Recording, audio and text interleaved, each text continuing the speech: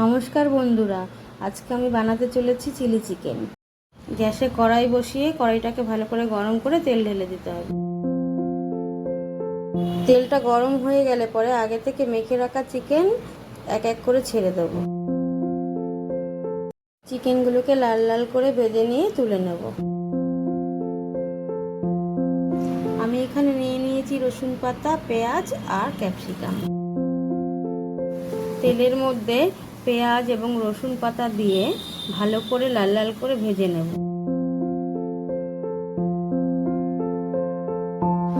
পেঁয়াজটা একটু লাল লাল হয়ে গেলে ক্যাপসিকামটা ছেড়ে দেব। গ্রিন চিলি সস আর টমেটো সস দিয়ে ভালো করে নাড়িয়ে নেব।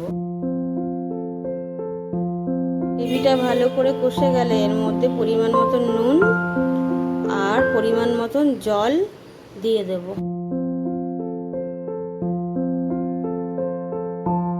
গ্রেভিটা তৈরি হয়ে গেলে পরে এর মধ্যে ভেজে রাখা চিকেনগুলো ছেড়ে দেব।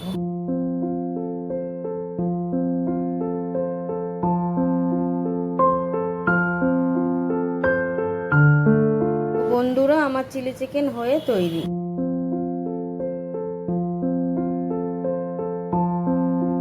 ভিডিওটি ভালো লাগলে লাইক করবেন আর আমার চ্যানেলটি সাবস্ক্রাইব করে দেবেন।